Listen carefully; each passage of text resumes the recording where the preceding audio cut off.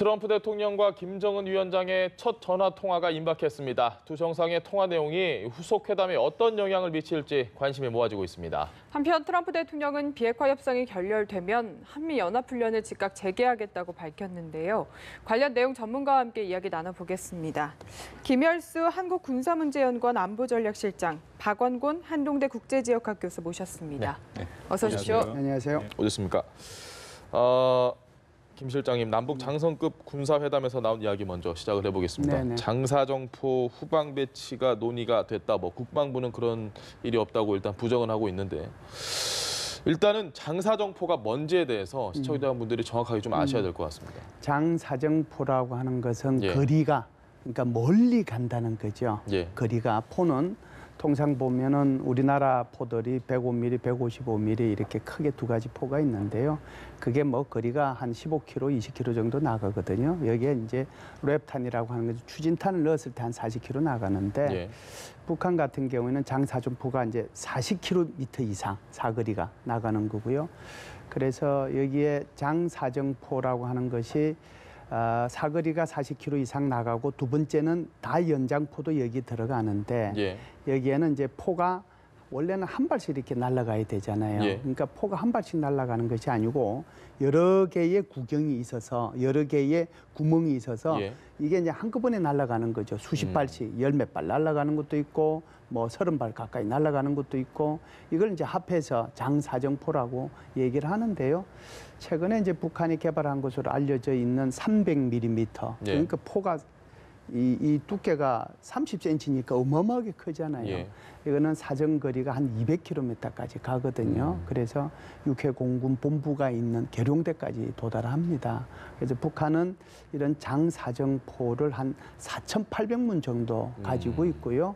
우리 수도권에만 이제 이렇게 공격할 수 있는 게 한 350문 정도 있어서 예. 한 시간에 한 10,000발 정도가 수도권에 떨어질 수 있는 그런 거죠. 굉장히 재래식 무기로서는 위협적인 무기가 바로 북한이 가지고 있는 장사정포라고 할 수 있습니다. 알겠습니다. 그 서울 불바다를 만들겠다 이렇게 위협한 것도 이 장사정포를 두고 이야기를 한 걸 텐데 그렇다면 우리 군 당국은 지금 말씀하신 대로 부인을 하고 있잖아요. 근데 실제로 이야기가 됐을 거라고 보시는지 또 어디서 이야기가 나왔을 거라고 예상하시나요? 지금 알려진 바에 의하면 이제 북한에서 먼저 제의를 했다라고 예. 얘기를 하는데요. 그 사실 여부는 조금 확인을 해볼 필요가 있다라고 생각됩니다. 우리 정부에서 일단 부인을 한 것은 아마 이게 굉장히 많은 복합적인 내용들이 같이 들어가 있어서 아마 입장 정리를 하는데 좀 시간이 필요할 거고 또 단순히 북한이 장사정포만 얘기를 안 하고 다른 네. 거랑 연계해서 얘기했을 가능성도 배제할 수 없거든요. 그러니까 그런 걸 종합적으로 아마 고려를 한다라고 생각을 하고요. 지금 말씀하신 우리 김 교수님 말씀하신 거 더불어서 장사정포가 수도권에 위협이 되는 것은 사실입니다. 특히 북한이 갖고 있는 이제 생화학 무기가 있지 않습니까? 그것을 포탄에 넣어서 만약 쏠 경우에는 우리한테 피해가 적지 않죠. 다만 지난 상당 기간 동안 한국과 미국의 연합전력 또 한국의 전력이 이 장사정포에 대한 대비를 계속 해왔습니다. 그래서 북한이 만약에 장사정포를 쏘면 단기간 내에 적의 그런 화력을 무력화하는 결국 이제 시간이 중요하니까요. 그 시간을 줄이는 작업들을 좀 해왔습니다. 그럼에도 만약에 이것이 좀 얘기가 진전이 돼서 정말 북한이 말하는 것처럼 이것이 후방으로 이동을 한다라면은 그것은 저는 고무적인 것이다라고 생각을 하고요. 이제 다만 북한이 말씀드린 것처럼 이것을 어떤 다른 연계해서 얘기를 할 가능성 또 그거에 대해서 우리도 대비 전력이 있으니까 그 대비 전력을 어떤 수준에서 또 뒤로 미룬다든지 아니면 축소를 하길 원하는지 이제 그런 것들 아마 종합적으로 고려해서 판단해야 된다고 생각합니다. 말씀하신 대로 그 상호주의에 따라서 과연 우리가 뭔가를 해야 된다. 일각에서는 덫이라고 지금 표현도 하고 있는데 실장님 생각은 어떠십니까? 예, 정확한 표현이라고 봐요. 그분이 누가 이제 그 말을 했는지 모르지만 제가 볼 때는 국방부에서는 공식적으로 부인했거든요. 부인했는데 계속 이 말이 흘러나오는 것은 뭔가 있었기 때문에 이 말이 흘러나왔다라고 보고요. 왜 뜬금없이 장사정포가 첫 번째 장성급 회담을 할 때 이 말이 나왔을까 하는 건데요. 제가 볼 때는 그걸 덫으로 표현하신 분의 말이 맞고 또 한편으로 보면 저는 미끼라고 생각을 합니다. 그래서 우리 박 교수님께서도 정확하게 말씀을 하셨는데 이것을 우리의 재래식 무기하고 연동해가지고 똑같이 무슨 자기네들 뒤로 빼니까 우리도 뒤로 빼는 그런 개념이 아니고요. 연동을 시켰으면은 NLL하고 연동을 시켰을 거라고 생각을 해요. 그러니까 소위 말해서 그래서 서해지대의 평화 지역화, 서해의 평화 지대화 이거하고 연관을 시켜가지고 사실상 북방 한계에서는 우리가 양보할 수 있는 게 아니거든요. 네. 그래서 이 부분에 대해서는 대통령께서도 의지가 확고하시고 또 4.27 판문점 선언에서도 북방 한계선이라는 용어가 적시가 돼 있잖아요. 네. 그런데 지금 이 부분을 북한이 우리를 그러니까 예를 들어서 지금 장사정포를 뒤로 물린다라고 얘기를 하면서 우리한테 양보를 요구하는 것이 오히려 NLL 쪽에서 양보를 요구하는 게 아닌가. 만일 그렇게 되면 지금 우리 앵커님께서 말씀하신 것이 그것이 바로 북한이 얘기하는 미끼고 북한이 얘기하는 덫이 될 수 있죠. 그래서 전체적으로 보면 남북한 간의 군사적 긴장 완화를 하는데 예. 판문점 선언에서 분명히 3가지 얘기했어요. 그래서 비무장지대화, 그러니까 예. 실질적인 비무장지대화를 한다라고 하는 거잖아요. 그다음에 서해의 평화지대화, 그러니까 우리 지금 NLL을 예. 중심으로 하는 거. 그다음에 남북 간의 인적, 물적 교류가 있는데 여기에 대한 왕래에 대한 보장. 이 3가지 합의한 것 중심으로 일단 일이 이루어지고 그다음에 이제 운용적 군비 통제 쪽으로 방향이 좀 늘어나고 그리고 나중에 이제 구조적으로 어떻게 군비 통제를 해 나갈 건가 그렇게 가야 되는데 지금 이렇게 바로 이 북한에서 얘기한 것처럼 장사정포에 대한 뒤로 물릴 수 있다라고 하는 것은 이것은요 다분히 의도가 있다라고 보고요. 그것 때문에 우리 국방부에서도 아마 이 부분에 대해서 고민하고 있을 거라고 봅니다. 알겠습니다. 트럼프 대통령과 김정은 위원장의 통화가 예고가 되어 있습니다. 얼굴 본 게 12일이고 오늘이 18일이니까 한 6일 만에 얼굴 보고 또 전화 통화까지 굳이 이렇게 통화까지 하는데 어떤 의미가 있는지. 아직 통화가 이루어지진 않았죠. 예. 근데 우리가 조금 조심할 필요가 있는 것이 트럼프 대통령이 이제 말한 것을 반드시 행하지는 않지 않습니까? 예. 더군다나 이제 그것이 기자 질문에서 나온 겁니다. 그러니까 네. 미국은 이번 주 일요일이 그 이른바 이제 아버지의 날인데 예. 그날 뭐를 할 거냐 뭐 얘기를 했더니 6.12 이후에 그런 맥락에서 물어본 거거든요. 뭐 자신은 여전히 일을 할 거고 뭐 김정은 위원장이랑 뭐 전화 통화를 할 수 있다. 이제 그렇게 얘기를 한 겁니다. 그리고 나서 언론에 밝혀지기는 지난 6.12 때 이제 전화번호를 교환을 했다까지 얘기가 나온 거고요. 뭐 저는 이루어지면 좋다라고 생각을 합니다. 이것이 이제 핫 라인으로까지 가기는 좀 시간이 걸리지만 어쨌든 간에 미국과 북한의 정상 간에 이렇게 직접 소통 채널이 있다는 것은 앞으로 비핵화 협상도 그렇지만 특히 한반도의 어떤 긴장이 예기치 않은 상황에서 고조될 수 있지 않습니까? 전쟁이라는 것을 우리가 늘 한번 살펴보면은 오해와 오인 그리고 잘못된 그런 어떤 인식에 의해서 전쟁이 발생하는 경우가 종종 있기 때문에 만약에 한반도의 그런 긴장이 고조됐을 때 정상 간에 직접 통화를 할 수 있다면은 그런 긴장을 통제할 수가 있죠. 예. 그래서 그런 의미에서 저는 이것이 이제 제도화되면 매우 중요하다라고 생각을 하지만 다만 정말 통화를 할지는 조금 기다려 봐야 될 거라고 생각을 합니다. 알겠습니다. 네, 이게 뭔가 체계적인 한 라인은 아니고 직통 전화번호다 이렇게 표현을 했거든요. 이게 정확히 어떤 의미인지가 궁금해집니다. 저도 뭐 정확하게는 잘 모르겠는데 아무래도 핸드폰 번호 예. 서로 주고받은 게 아닌가 생각을 해요. 높은 사람들 보면 아마 트럼프 대통령도 핸드폰을 아마 몇 개는 갖고 있을 겁니다. 예. 근데 공식적인 핸드폰이 있고 사적인 핸드폰이 있거든요. 통상 보면. 그래서 뭐 이 공식적인 핸드폰은 누구한테나 다 노출돼 있는 핸드폰 번호죠. 그럼 반드시 이게 이제 비서가 먼저 전화를 받아서 거기서 카트할 거 카트하고 이제 보고하는데 다이렉트로 이제 하는 것은 아주 이제 몇 명들한테만 예. 또 친척들 뭐 몇 명. 이렇게 해서 그 번호를 아는 사람이 지극히 제한돼 있죠. 제가 볼 때는 2번째 번호를 주지 않았을까. 그런 제한된 그 번호. 네, 제한된 그 번호. 그러면은 핸드폰 번호라는 것이 각 국가의 국가별 번호 누르고 번호 들어가면 전화를 네. 통할 수 있으니까요. 아마 그런 의미일 겁니다. 네. 그래도 그 알겠습니다. 자체는 우리 박 교수님 말씀하신 것처럼 의미 있는 것이죠. 알겠습니다.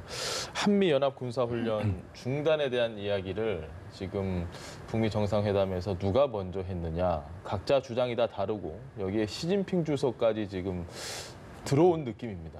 이걸 어떻게 저희가 판단을 해야 될까요? 뭐 상당히 복잡하죠. 일단 트럼프 대통령은 본인이 먼저 주장을 했다, 제의를 했다라고 예. 얘기를 하고 10일 날 바로 다음 날 북한 매체에서는 이건 북한이 김정은 위원장이 제안을 한 것을 미국이 받아들였다 얘기를 하고 그리고 방금 말씀하신 것처럼 이제 이것을 지난번 다롄에 갔을 때 네. 중국의 시진핑 주석이 일종의 조언을 했다까지 얘기가 되고 있는데 글쎄요, 이게 하나하나에 다 의미가 굉장히 큽니다. 예. 예를 들어서 만약 중국이 정말 조언을 해서 그 김정은 위원장이 했다라면은 중국이 한반도에 갖고 있는 지정학적 이해를 너무 명확히 보여주는 사례라고 할 수 있거든요. 결국은 연합훈련을 비롯해서 전략자산 전개되는 거, 나아가선 주한미군까지 한반도에 주둔하는 것이 중국의 입장에서는 전략적 이해를 해친다라는 것이고, 그것을 마치 북한을 통해서 또 미국의 압력을 가하고 협상을 하는 형태가 되기 때문에 이것은 향후 미중 관계에 굉장히 부정적인 영향으로 미칠 가능성이 있습니다.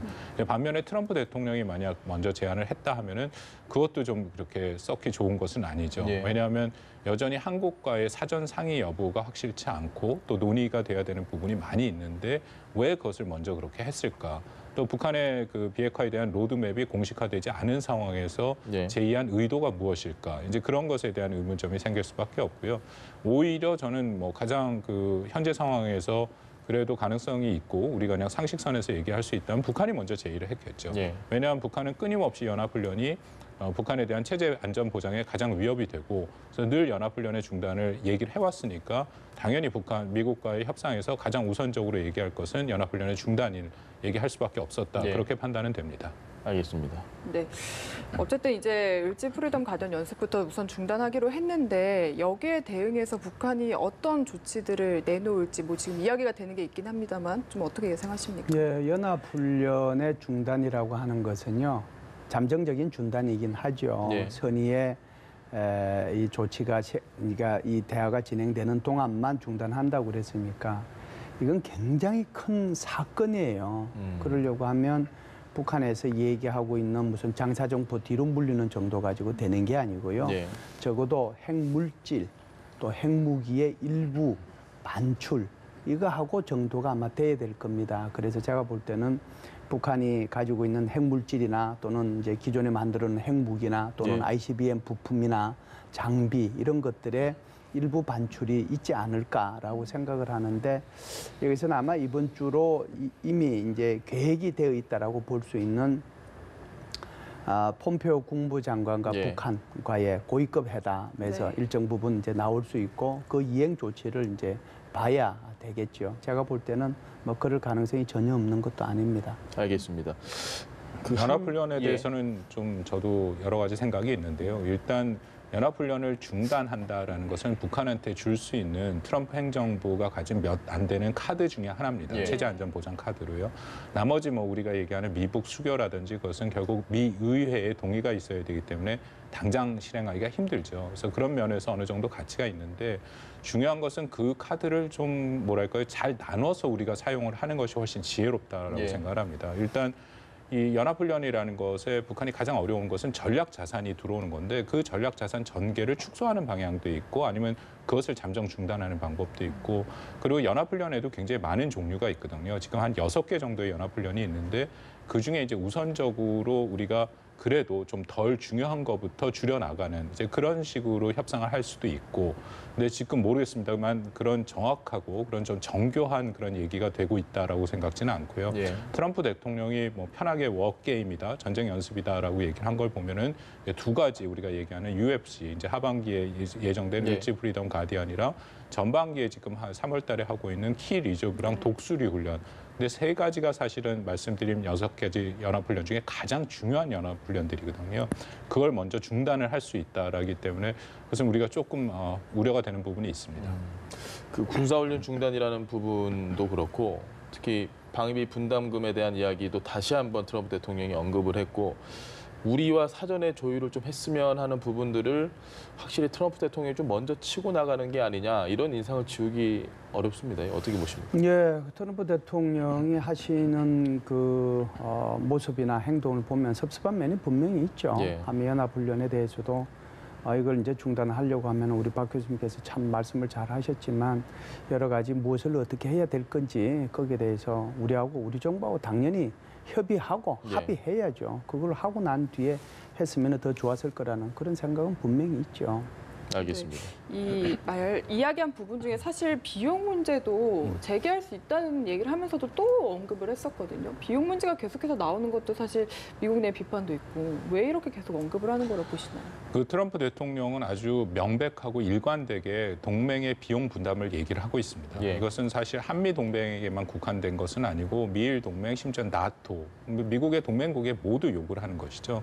아주 쉽게 말씀드리면 두 가지 중에 하나입니다. 해외 주둔, 그 특정 국가에 주둔하고 있는 미군의 비용을 전체적으로 그 국가가 대거나 아니면 그 해외 주둔 미군을 철수시키겠다까지 지금 얘기하고 있는 것이 트럼프 대통령의 기본적인 입장이고요. 네. 그 연장선상에서 주한미군에 대해서도 철수 가능성, 뭐 당장은 아니지만 그 비용 측면에서 얘기를 했고, 근데 그 부분이 사실 많이 우려가 되는 거죠. 지금 우리는 북한의 핵 문제라는 엄중한 문제를 다루고 있는데 그 문제 차원에서 일종의 체제 안전 보장안으로 우리가 그것을 고민을 할 수는 있지만 네. 연합훈련 중단이라든지, 근데 이것을 비용 문제로 얘기를 한다면 굉장히 또 다른 얘기가 되고 있거든요. 지금 현재 한미 간의 비용 분담, 그 주한미군 비용 분담 협상을 하고 있고 또 그런 것들도 같이 고민을 한다면은 이 문제가 굉장히 복잡해지고요.